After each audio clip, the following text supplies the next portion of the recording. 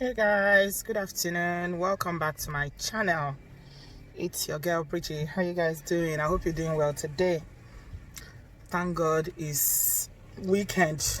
Even though it doesn't really matter these days whether it's Monday, Tuesday, Wednesday, Thursday. We don't, except you are one of the few that is still going out to work.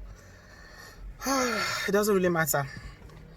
You're welcome. Have you subscribed? Please, if you've not subscribed, consider subscribing. And I've got another channel as well that is called Obodo Oyinbo Family. So if you haven't seen that channel, do support me by subscribing to that channel as well.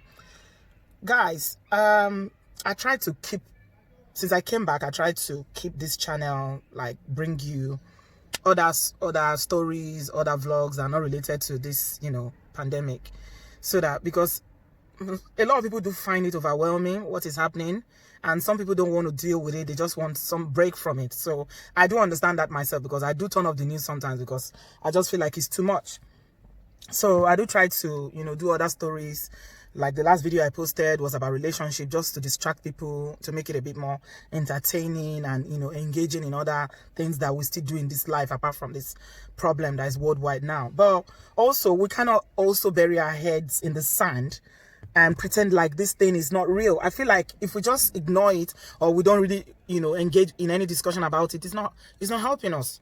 As much as it's not good for you to just be taking in everything that you see on social media, on the news and all that, but also we need to engage in it. We need to talk about things that, especially when they are directly affecting our community, they are affecting our people. The other day I did a video and I was saying how I was so angry. I went shopping in this African store and this Yoruba woman came and standing right in my face and started cussing me out because I told her to move. And a lot of you were not happy that I put, why should I put that? I should just say a woman. I said, you know what? I didn't even care and I didn't change it. I left it because I feel like what is on ground that we're dealing with now is much more bigger than your tribal sentiment. So when I say we need to take this thing serious, a lot of people in this country, in this UK, in London particularly, still don't see the seriousness of what we are talking about. They don't see it. You see them in the store. In African store, you go there, you see them the way they behave. They don't care. The people that are selling just want to sell and make their money. Anyway, let me not get distracted with the story I want to share with you guys today. I woke up this morning feeling funny. I wasn't sure if I want to do a video or not, but my sister who lives in the US sent me this story and I wanted to share it with you guys. Incidentally, it's something that happened here in the UK. Two sisters. Yeah, it's from the Evening Standard, which is a London newspaper. It's a London free newspaper. Two sisters who worked in Queen Elizabeth Hospital. Queen Elizabeth Hospital is located somewhere in Woolwich area of London. And I'm just going to read it from the news. It says a nurse has died. And she was working in a London hospital where she worked alongside her sister, who is also fighting for her life in intensive care. And the two of them lived together and worked in the same hospital, which is Queen Elizabeth Hospital. And they were determined to continue through the pandemic. They were rushed to the hospital with the hours of each other 2 weeks ago. So these two sisters live together. You can see their picture here, lovely looking ladies. And one of them is the mother of two. Her name is Esther Akinsonya. She's 55 years old and she died 4 days later on April 15th. That was just, over a week ago. And her sister, who is called Mary Doe, who is 61 years old, is currently on a ventilator in intensive care. And the article says that Mrs. Doe is, a devoted and diligent NHS nurse for more than 20 years and finished her last shift 2 days ago before being admitted. Her son, who is 26 years old, called Samuel, who lived with the mother and aunt in Thamesmead, said, "We are heartbroken. My mother lit up a room whenever she walked in. It was impossible not to like her."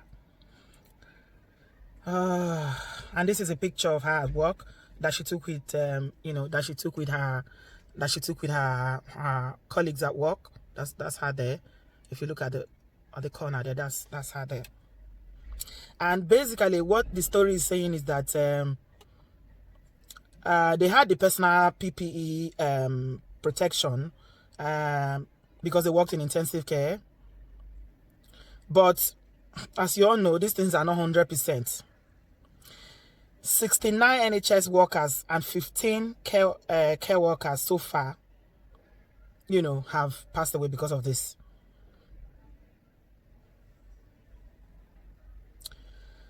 And the children, the son has a younger sister who is also a younger sister who has a 3-year-old son, said they are tough women. They didn't mention the dangers. They didn't mention the dangers they got into their job. They both tested positive, and they are convinced that they should get the work done. They are heroes. These heroes, like my mom and aunt, needs to be protected. It is just not good enough for people in the front line dying like this. And you know, the son said that the mother did not have any underlying medical issues. She didn't have any underlying health issues other than high blood pressure. But the aunt had heart condition and diabetes. And Mr. Kinsoya said that the aunt was on ventilator and had improved slightly. That's, you know, the other surviving sister now is the son of the late woman that is now saying that, you know, she's surviving slightly. She's responding and they've lowered the sedation, but she's still fighting. And a fund for Mrs. Akinsoya's funeral has been launched, and so far they've raised about £14,000. Let me stop reading so that I'll just talk about this briefly. You see, when people don't take this thing seriously, that's general. I'm talking about the general public now. I'm not talking about people in the front line who are putting their lives in danger to protect people like you and I, who are sitting in the comfort of our homes, who don't work in the front line. It's like you make it seem as if they are not making sacrifices when you don't take it serious and you just don't bother about social distancing. They say stay at home except you need to go out. Some people, even though they don't have to go out, they will still go out. It means like these people are just, you know, putting their life at danger, at risk for nothing. And that is the anger that I have for people who live in London that, you know, just take this thing as if it's no big deal. The figures have increased so much, almost 20,000 people only in hospitals in the UK. They are not talking about people who are in nursing and residential homes, though. We are talking about only people who have passed away in hospitals. Almost 20,000 people have passed away. Yet, do you know, I keep asking myself every day, yeah, I'm a key worker. The sort of work that I do, I'm a key worker, but we can work from home. It's not like nurses. Nurses can't work from home. Therapists can work from home. There are so many doctors cannot work from home. Maybe if you're a GP, you can consult on the phone or, you know, or on Skype or video call. But if you are frontline, like you need to be hands-on, you need to be. I keep asking myself every day, will I be able to make that if I was in that position that I'm a nurse and I need to go out to A&E or go to intensive care in this present situation that we are in now? Will I be able to do it? To be honest, I don't know. I can't answer that question honestly and say that I will be able to go ahead with it because my mind will fail me. No matter how much I love my job and I want to help people, I will have to think about my own life and my family first. So these people are really heroes. Like, I can't even describe the level of service, the level of sacrifices that people like this, Mrs. Akinso, these two sisters, the level of sacrifices they've made. Going to work in a hospital, if you know anything about the hospital where they work, I've been to that hospital several times. Queen Elizabeth is a massive hospital. Mrs. Akinsoya, going there and still even pushing through. And there are so many Nigerian African doctors and nurses who are doing the same thing daily. They put their life, they know that they are what they call significant risk of getting this virus, but they keep doing. How do you go to it's like going to a war front knowing that you're not going to return, but you keep going. Oh my God, it's just so heartbreaking. When I saw the news this morning, oh God, oh, I felt really bad. Imagine just somebody losing their life because they are doing their job. And I heard another story a couple of days ago as well about another Nigerian nurse that has worked all her life, over 30 years in the NHS, and she's preparing to retire. But because of this pandemic now, she got the virus and she didn't make it. According to my sister who told me that story, the woman is another Yoruba woman again, very, very nice, kind-hearted woman who, you know, even the child is getting ready to get married. The child who's graduated as a doctor is preparing to get married. They fixed that she wanted to do her own birthday. You know, when I just reflect on all these things, it makes me so weak. I will just be wondering, what is the point of all these things in this life, by the way? Most of the adults that come to this country, they go to nursing school as adults. Not like our children that are going to school here before they are 2021, they've graduated. We went to school here to have second, third degrees as adults. Do you know how difficult it is to read? At a certain age, when you have other commitment, you go to college and see all these mamas going to college doing access to nursing. When you go to some of the universities here in the UK, you see all these women in their 50s, 60s. And it's the same thing all over. In this Obodo, you go to the US, Canada, you see old women pushing because they've got, you know, to do it for their family, for their children. to read at that age, to go and qualify as a nurse, as a doctor, as a therapist, as whatever, and then you work in the front line, and then for no reason, when you worked all your life, the time that you should be getting ready to go and retire, to go and enjoy your life, to go and, you know, see your grandchildren, you know, travel or whatever it is that you enjoy doing, even if it's Owambe, you like going, just to be going to Owambe every weekend, then the life will just be taken away from you. It's so senseless and painful, honestly. It's really, really painful. I don't know them personally, but I feel the pain of the family. I know people that have tested positive to this thing, but thank God they've recovered. I don't personally know anybody, you know, that has died directly that I know, but I've heard of people, you know, who've died.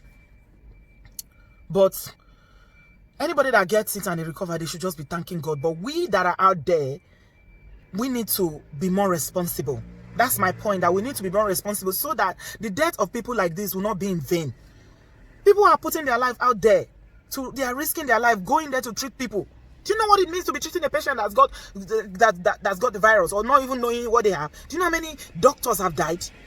I was jokingly telling my friend 2 days ago that the thing about all this qualification, you see some people, their name, after their name, you see all the letters, MBBS, all the letters in this word.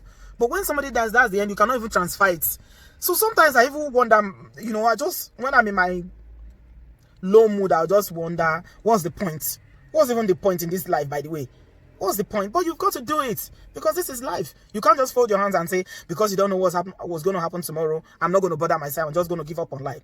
But you see, it is very, very painful when somebody has put in that work, they put in the commitment, push themselves, you know, to that level, and their life just is taken, you know, abruptly and painfully. It is. Coming to this Obodo, but we know, all of us, what we've been through. You that is there in the US, wherever you are in Europe, you know. You know the journey of your life, you know.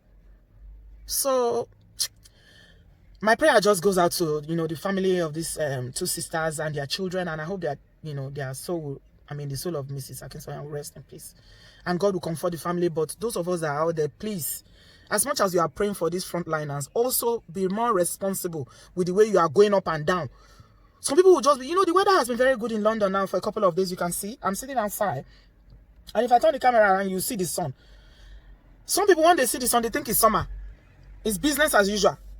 Because you're not the one that's having to treat those people that have got the virus, that go to the hospital. You're not the one. So it doesn't concern you. And I feel like it's really, really wrong. Honestly, it's wrong. It's really, really wrong. So guys, yeah, I'm getting emotional now. Let me just leave this here today. Yeah. Take care of yourself, please, and be responsible. That's all I'm going to say. Be more responsible with the way you go around and what you do. When you do go around, maintain those social distancing. And please remember that people are actually putting their lives at risk, in danger every day, so that you and I can live and breathe and, you know, be safe. Because if anything happens to you tomorrow, it's that same hospital you are going to go. And there are other doctors and nurses that are there, also risking their life, even if they are not African doctors, of which we have a lot of African doctors and nurses. You go to all the hospitals, you see a lot of African doctors, Asian doctors and nurses everywhere in this country and all over Obodo. We know it. So, by keeping ourselves safe, we are also keeping them safe. I'll talk to you guys in my next one. Thanks a lot for watching. Bye-bye. Bye. I love you. Bye-bye.